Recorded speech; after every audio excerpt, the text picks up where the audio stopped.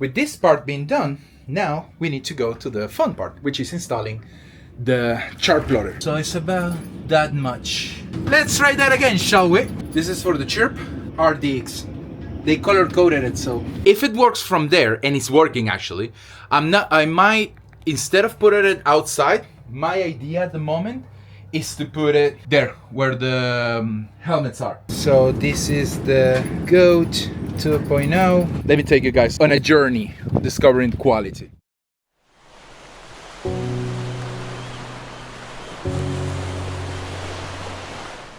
Okay, beautiful people. This side is done. Everything is connected. Everything is working, which is the important part. Even you can see that, well, you can see that all data came back to my dashboard. All of the sensors are there. So this is done. All of them are there. Everything is nicely and organized. There is a lot of cables around, but everything behind it is absolutely beautiful at the moment. Even the BNG autopilot is now working again. With this part being done, now we need to go to the fun part, which is installing the chart plotter. I need to start from the chart plotter and then move forward. One thing. I didn't change the cables. This is still the CHARTPLOTTER one.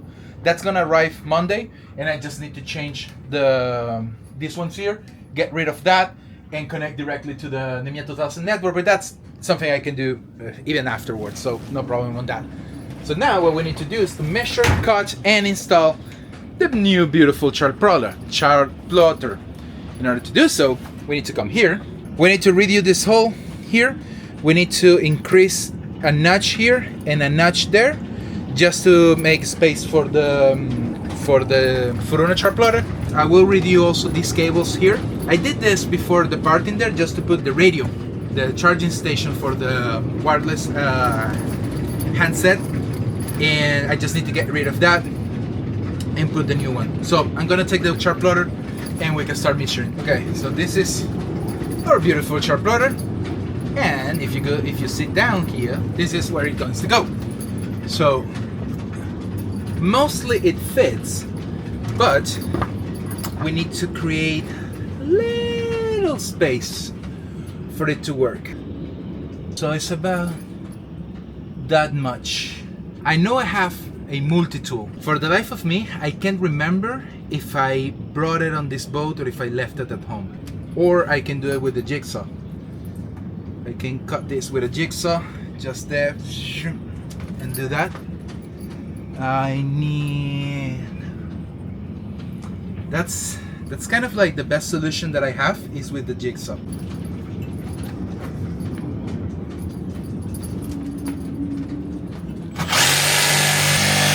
I definitely need a mask, and this is as close to a mask as I can have right now. So yeah, this is gonna suck. Okay, I definitely need to do two things. One, I need a mask and glasses. Second, I need to change the saw itself that I have on the jigsaw at the moment. The one that I have is for metal, I think, and which I thought would be okay for glass, fiberglass, but apparently it's not. So much better. Let's try that again, shall we? Let's see that again. Almost. We still need to eat a little bit of it.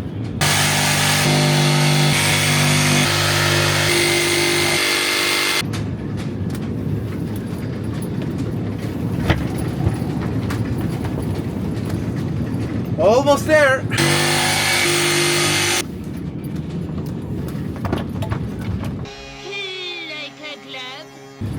Boom!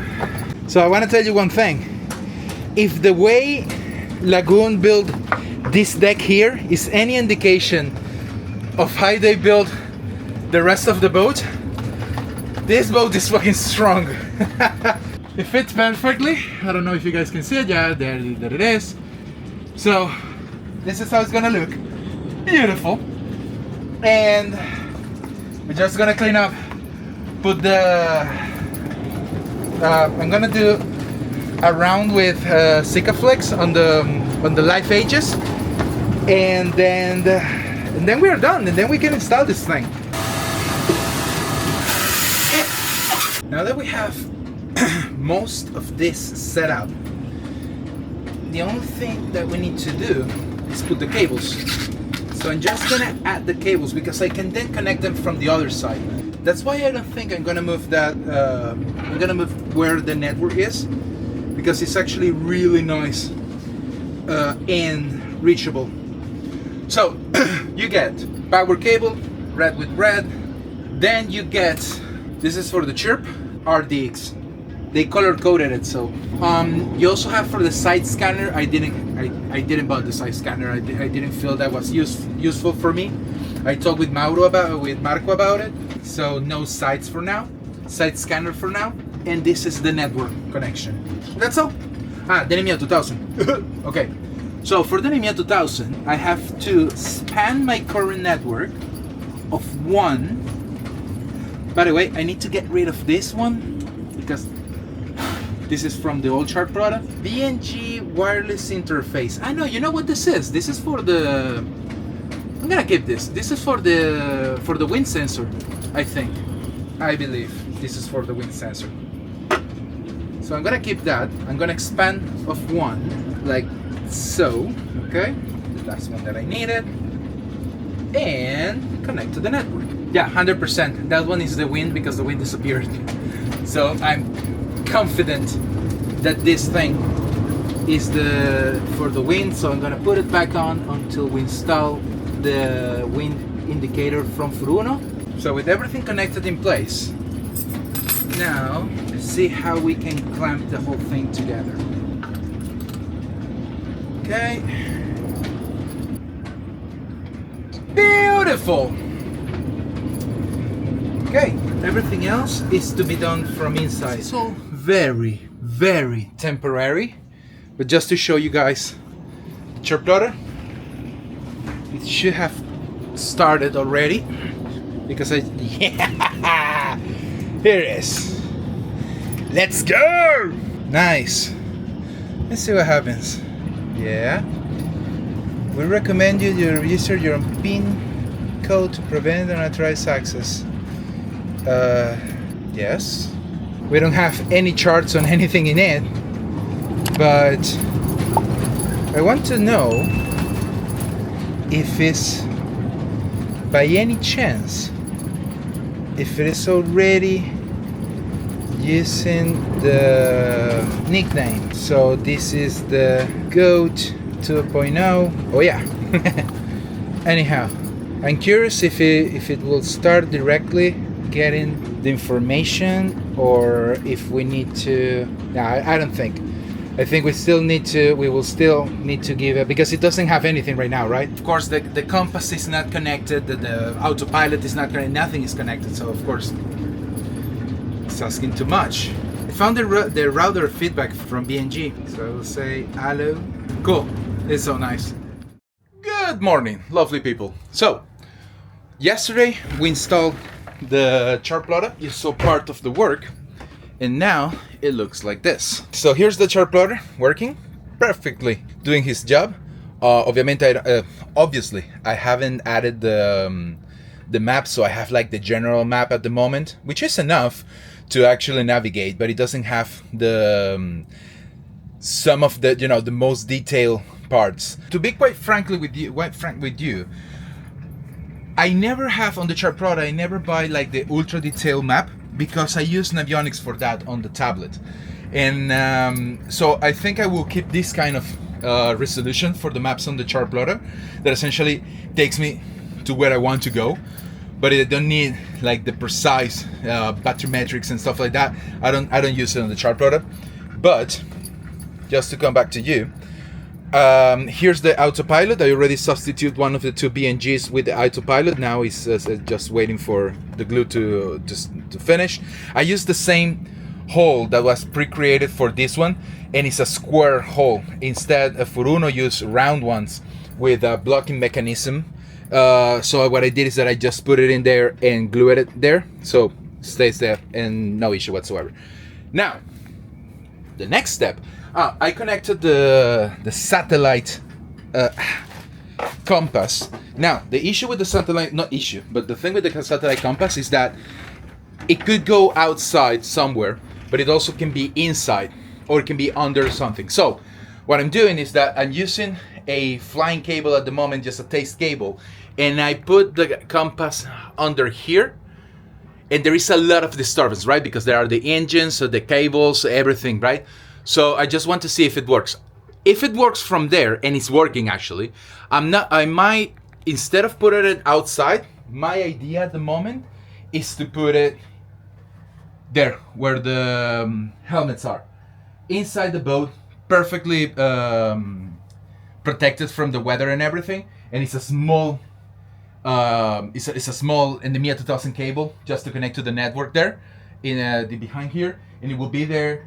It will be really nice, and it doesn't, you know, I like the idea to having it inside, protected and everything else. Otherwise, I could put it on the top of here, just in front of the, here, let me show you guys. There is a hole already there for something that I really don't know what it is. So we have this possibility, which is to put it here, in there. There's this thing here. I believe this is an old piece for the Raymarine system, which I don't have anymore. So I think I can take this out and put it here. No lines go through there, nothing happens there, so that's a place that I can put it. There is a hole already there, so I don't need to open a new hole for the compass. I'm gonna think about it now for a bit, and then I will take a decision. Then, because I have now one of these that I didn't use, I have an idea for this one. This is the one that I took to make the space for the autopilot control from Furuno. Inside the boat, there is already one of this which is in the navigation desk. There it is. And this is the BNG autopilot. So I already have this information here. Besides, I have all of my systems and iterations. So I have an idea. Normally I sleep in this cabin. We separate the cabins, the blondes and the sleeping ones, and I sleep in the other one, simply because I sleep one way, she will sleep in the other way, and it makes it really difficult. But I have an idea. I want to put it inside there. There is a space there, and because I have the what's the name? Because I already have NMEA 2000 under this bed, because I have the sensors for the tanks, for the diesel tank, I could add this one inside the bed so I can see winds and everything else directly from the bed. It's true that I already have my PI system and my app system that give me that information at night, but it can be really cool to have that inside one of the cabins. Deciding which one, because that's where I normally sleep. But if we have guests, which doesn't happen that often, but if we have guests, they are gonna sleep there, so I need to sleep in the main one. So that might be something I need to also think about. In any case, pretty much that's done. Everything here is done. So we have our network there. Everything looks fine. Everything looks okay inside there. I still need to, system these cables a little bit better. That will be done. The big installation that we need to do is the Furuno autopilot brain. This one we need to install. This is going to go either inside the engine room or behind that panel here, which is where I was showing you before. And then we need to put the router sensor. Now, this is one of the things I wanted to show you. This is a router sensor for Furuno. This is metal. This is not plastic. This is metal. This bar here is metal too. Everything in this thing is rugged. It's done for lasting as much as possible, right? Now, when you see a normal router sensor from any other brand, let me take you guys on a journey discovering quality. This is the one BNG, Simrad is the same thing. This is the one from them. This is plastic. That's plastic. This is plastic. Everything in that thing is plastic. Even the caps, these things, that are used to, you know, to connect the router to the sensor is plastic. So that really sucks. These things are meant to fail. This thing is meant to fail. All of these are absolutely meant to fail. So I'm gonna substitute. I'm not gonna substitute it, by the way. I'm going to do something a little bit different. This is the port side of the boat, and this is where the BNG system is. That's the autopilot engine. By the way, it looks really, really clean. So what I'm going to do, my idea, is to add the sensor, the Furuno one, to the system instead of substituting the system that exists. What I want to do is I want to have two fully functional systems on the boat, autopilot system on the boat. So what I'm going to do is add the Furuno one to the other side, to the other engine, to the other router. So it will come here. Same position, same as of the other one. Everything will be exactly the same, but it will be in this one.